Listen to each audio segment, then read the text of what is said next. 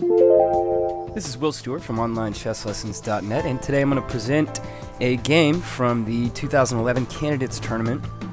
And the winner of this tournament will go on to challenge reigning world champion Viswanathan Anand for the World Championship in 2012.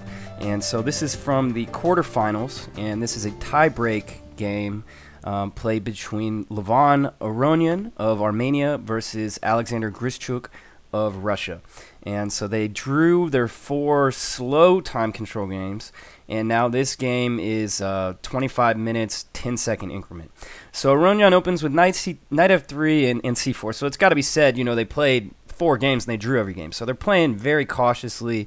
Any mistake at this level, a win could just end the match. You know, it's these guys have demonstrated they can, you know, hold the draw against the stronger players. So knight f3, c4, you know, c5, knight c6. So it's an English, looks to be an English opening by white here, and e5. So I like e5 here because it's kind of like black is saying, okay, white is not going to get a free hand in the center. And, you know, the move order that he's chosen now, d4 is not going to be a possibility after e5. So, yes, white could continue with e3 and d4 here, but maybe e3, you know, e3 could be answered by f5. And maybe Grischuk is, you know, maybe this is just speculating. Maybe this is what he was thinking. So, either way, g3. So that would, you know, definitely dice it up a little bit. So g3 here, and a standard English opening for white. So we fianchettoing and trying to probably, you know, the seems like the common plan, especially Magnus Carlsen's had great success with, is simply playing a3, rook b1, and b4. So expanding on the queen side and starting, you know, trying to seize the initiative over there. So in this type of, you know, structure, I mean, what are the defining characteristics? Well, black is putting a lot of pieces towards controlling the d4 square, and white is probably going to try to stick a knight into the d5 square.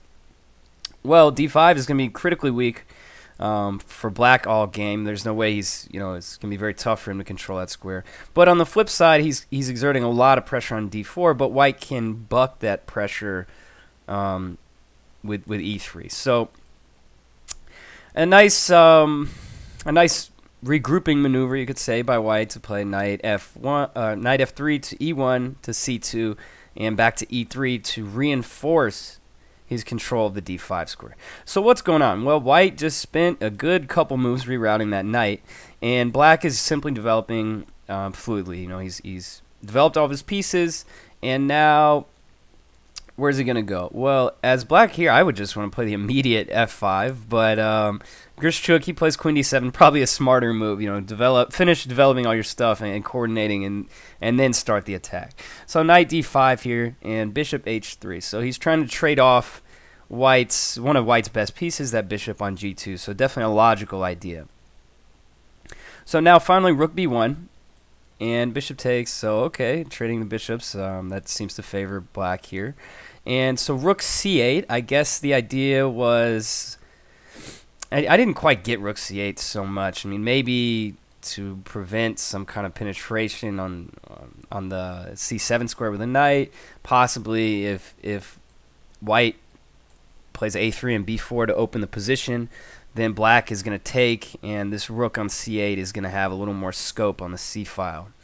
So e4 by white, and now knight takes, and here after knight e7, white responded knight c3, and I was not so impressed with this move. I think it was essential in this position, based on, you know, how Grischuk exploits this. It seems like Aronian is pretty happy with a draw here. You know, he's not playing very aggressively at all, and he hasn't really attempted to seize any initiative or any advantage whatsoever so far. And I just think, you know, I mean, you got to win. You got to play for the win to win. You know, you can't just wait for people to make mistakes. So I think in this position, it was critical for him to start trying to play actively and for some type of advantage. Moves like b4 I thought was good. I mean, open this rook up on b1. Open up the b file and give yourself some counterplay along the b file. Or f4. F4 was the other idea that I had. It's debatable whether white should take the knight on e7 and prevent a doubling of his pawns.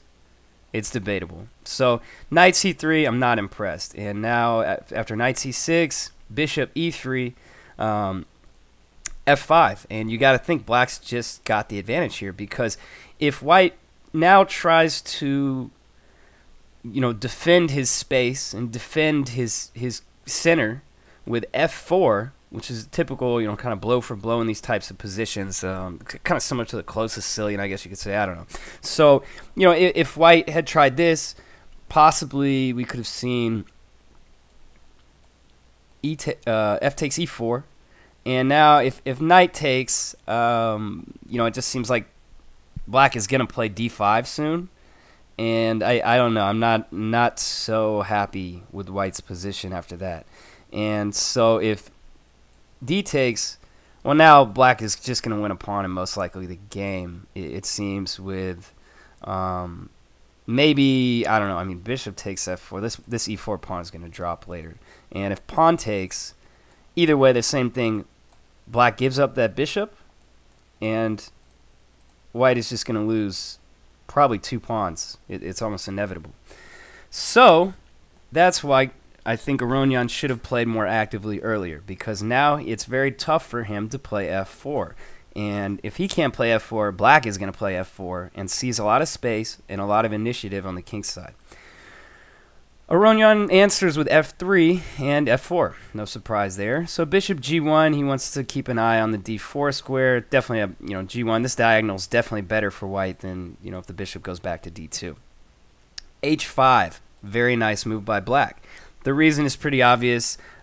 He doesn't want to allow white to play g4. Let's say he plays something like standard move here, I don't know, g5. Well, then white has maybe some ideas of being able to draw this position with h3, and that white can recapture the h pawn. Yes, the h file, this is not a fun place to be for white, but it's better than what happens in the game. So after h5, now g4, pawn takes, and f takes. So that's not going to be good, as black will obtain a protected passed pawn on f4. Knight d5, okay, makes sense, definitely logical. Rook f7, trying to regroup, maybe swing, double the rooks on the f file, or maybe this rook's going to come to the h file. And also, if anything, can also defend laterally along the 7th rank. So now g4, and I guess he wasn't too happy about the idea of black doubling up on the f file and obtaining a lot of pressure there. So he went ahead and played g4, and okay, you got to do what you got to do. So now pawn takes, and the tactics are already starting to appear in the air. So moves like f3 are coming to mind. This doesn't, it doesn't quite seize an advantage in this position, but you got to think, it's not a good sign when you have to consider all that kind of stuff. So now with rook cf8, now f3 is a serious threat. So queen f3's got to blockade that. And now bishop f6, just simply making a little bit of room, maybe even reroute the bishop to to an open diagonal if possible, or simply just clearing the 7th rank. And obviously the h file would be a nice place to attack for black. So bishop f2, and so now white, I guess, okay, so the point of knight takes f6 was that if I'm assuming that white didn't want to trade his dark squared bishop. And so if he doesn't take that, if let's say he plays a move like a3, then black is probably going to trade off the dark squared bishop for white and play knight to d4.